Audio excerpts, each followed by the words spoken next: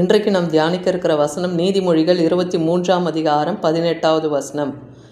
நிச்சயமாகவே முடிவு உண்டு, உன் நம்பிக்கை வீண் போகாது. இன்னைக்கு கர்த்தர் நம்மோடு இடைப்படுகிறார். நிச்சயமாகவே முடிவு உண்டு, உங்கள் நம்பிக்கை வீண் போகாது. எந்த ஒரு பிரச்சனை பாடுகள் இருந்தாலும் அதற்கு எல்லாவற்றிற்கும் ஒரு முடிவு உண்டுன்னு கர்த்தர் சொல்கிறார். உங்கள் நம்பிக்கை வீண் போகாது.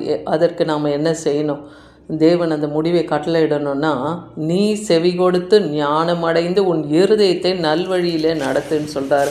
அப்போ தேவனுடைய வார்த்தைக்கு நம்ம செவி கொடுத்து ஞானமாய் நம் இருதயத்தை நல்வழியில் நடத்துகிறவர்களாக இருக்கணும். அதாவது இந்த இருதயம்தான் மகா கேடு உள்ளதும் கிறுக்குள்ளதுமா இருக்குது இல்லையா? அதனால் நல்ல வழியிலே நம்மை நடத்தி கொண்டு போகும்போது கர்த்தர் நம் பிரச்சனைகளுக்கு முடிவை தருவார். நம் நம்பிக்கை வீண் போகாதபடி காப்பார். எபிரேயர் 10ஆம் அதிகாரம் 34-35 வசனத்தில் பாருங்கள். பவுல் சொல்கிறார், நான் கட்டப்பட்டு இருக்கையிலே என்னை குறித்து பரிதவித்ததுமின்றி பரலோகத்தில் அதிக மேன்மை அடையும் நிலையுள்ளதான சுதந்திரம் உங்களுக்கு உண்டென்று அறிந்து. அப்போ இந்த உலகத்தில் கிறிஸ்துவின் நிமித்தம் கட்டப்பட்டு பாடுபட்டு பரிதவிக்கிறீங்க. அது பரலோகத்திலே உங்களுக்கு அதிக மேன்மை உள்ளது என்பதை நீங்கள் அறிஞ்சிருக்கிறதுனால நான் சந்தோஷம் அடைகிறேன்றார். இந்த உலகத்தில் படுகிற பாடு நாம் அடைய போகிற அந்த மேன்மை மகிமைக்கு ஈடு இணை கிடையாது இல்லையா? அதனால் இதெல்லாம் நான் சந்தோஷமாக ஏற்றுக்கொண்டேன்னு பவுல் சொல்கிறார். அதனால் ஆகையால் மிகுந்த பலனுக்கு ஏதுவான தைரியத்தை விட்டு விடாதீங்க. அப்போ தேவன் நமக்கு தரப்போகிற அந்த மிகுந்த பலனாகிய நித்திய ஜீவனை அடைய போகிறோம் என்கிற அந்த நிச்சயம் இருக்கிறதுனால உங்கள் தைரியத்தை விட்டு விடாமல் நீங்கள் காத்திருங்க. ஏன்னா நீங்கள் எதிர்பார்த்துருக்கிற முடிவை உங்களுக்கு கொடுக்கும்படி நான் உங்கள் பேரிலே நினைத்திருக்கிற நினைவுகளை அறிவேன் என்றே எரேமியா தீர்க்கதரிசன புத்தகத்தில் 29:11 பார்க்குறோம். அறிவேன் என்று கர்த்தர் சொல்கிறார். அது தீமைக்கு கிடையாது, சமாதானத்துக்கு ஏதுவான நினைவு தான். தேவன் நம்மை குறித்து அவர் எதிர்பார்த்திருக்க முடிவு சமாதானத்துக்கு ஏதுவானது. அது நம்மை துக்கப்படுத்துவோ கலங்கப்படுத்துவோ அல்ல இல்லையா? பிசாசானவன் தான் நம்மளை கலங்கெடுத்து கொண்டிருக்கிறான். ஆனால் கர்த்தர் நமக்கு சமாதானத்துக்கு ஏதுவான நினைவை கொண்டு இருந்து நாம் எதிர்பார்த்திருக்கிற முடிவை நமக்கு தரவர் வல்லமையுள்ளவராக இருக்கிறார். ஏன்னா எளியவன் என்றைக்கும் மறைக்கப்படுவதில்லை, சிறுமைப்படுவதும் இல்லை. சிறுமைப்பட்டவர்களுடைய நம்பிக்கை ஒருபோதும் கெட்டு போவதில்லை என்றே சங்கீதம் 9:18 பார்க்குறோம்.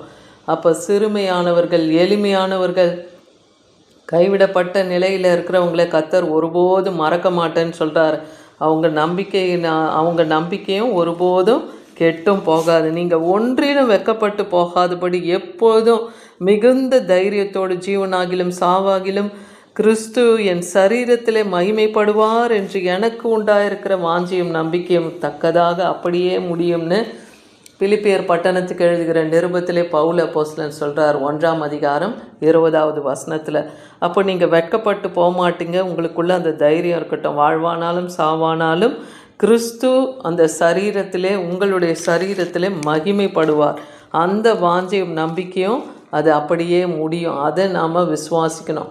இன்றைக்கி நம்மளை தேவன் படைத்து உருவாக்கி இவ்வளோ நாட்கள் நம்மளை கண்ணின் மணியை போல பாதுகாக்கிறார்னா இனியும் அவர் ஏந்தி சுமந்து தப்புவிக்க வல்லவர். அதனால் பிரச்சனைகளை கண்டு நீங்கள் சோர்வடையாதபடிக்கு நீங்கள் தேவ சமூகத்தில் காத்திருந்து ஞானம் அடைங்க, செவி கொடுங்க, நல் வழியில் நடங்க. அப்போ முடிவை கர்த்தர் கட்டளையிடுவார். ஏன்னா ஞானத்தை அறிந்து கொள்வது உன் ஆத்துமாவுக்கு இன்பம்னு நீதிமொழிகள் 24:14 பார்க்குறோம். அதை நீங்கள் பெற்றுக்கொண்டீங்கன்னா முடிவில் அது உங்களுக்கு நம்பிக்கை கொடுக்கும். அந்த நம்பிக்கை உங்களை வீணாக்காது. அப்போ தேவனை அறிகிற அறிவு, தேவன் கொடுக்குற ஞானம், அதன்படி நம்ம வாழ்ந்தோம்னாலே நம்ம துக்கத்தை எல்லாம் தேவன் எடுத்து போடுவார். நம்முடைய நம்பிக்கை வீண் போகாமல் காப்பார். ஏன்னா துன்மார்க்கனுக்கு தான் நல் முடிவில்லைன்னு இருக்குது. துன்மார்க்கனுடைய விளக்கு அணைந்து போகும்னு நீதிமொழிகள் 24:20 பார்க்குறோம்.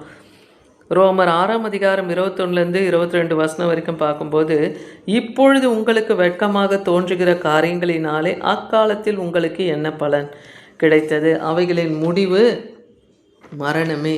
அப்போ இந்த நாட்களில் நமக்கு வெட்கத்தை உண்டாக்குகிற காரியங்கள்னு ஏதாவது இருந்தால் அதனுடைய பலன் என்னவாக இருக்குமா? அதனுடைய முடிவு மரணமாக தான் இருக்கும்னு சொல்லப்படுது. அதனால் நீங்கள் பாவத்திலிருந்து விடுதலையாக்கப்பட்டு தேவனுக்கு அடிமைகளாக இருக்கிறீங்க என்பதையும் பரிசுத்தமாகுதல் தான் உங்களுக்கு கிடைக்கும் பலனே. இதுதான் முடிவின் நித்திய ஜீவன்.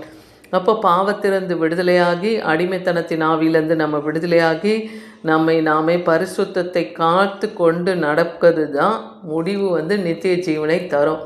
அப்போ அந்த பரிசுத்தத்தை நாம் நித்தியத்துக்கு அடையும் வரைக்கும் காத்து கொள்ளணும். அதை நம்ம விட்டு விடக்கூடாது. நீ உத்தமனை நோக்கி செம்மையான வழியை பார்த்துருன்னு சங்கீதம் 37:37 பார்க்குறோம். வேதாகமப்படியே உத்தமமாய் வாழ்ந்து மரித்தவர்களோட முடிவு எப்படி சமாதானமாக இருக்கு இல்லையா? ஆபிரகாம், ஈசாக்கு, யாக்கோபு, தாவீது என்று ஒவ்வொருவரையும் நம்ம எடுத்துக்கொண்டால் எல்லாருடைய மரணமும் எப்படி முடிந்தது? சமாதானமான நித்திரை தான் அவங்க அடைந்தாங்க. அப்படிப்பட்ட செம்மையானவர்களை நோக்கி நாமும் பார்க்கணும். அந்த மனுஷனுடைய முடிவு சமாதானம்தான். அதற்கு ஆபிரகாம் மகனே, நீ பூமியில் உயிரோடு இருக்கும் காலத்திலே உன் நன்மைகளை அனுபவித்தாய்.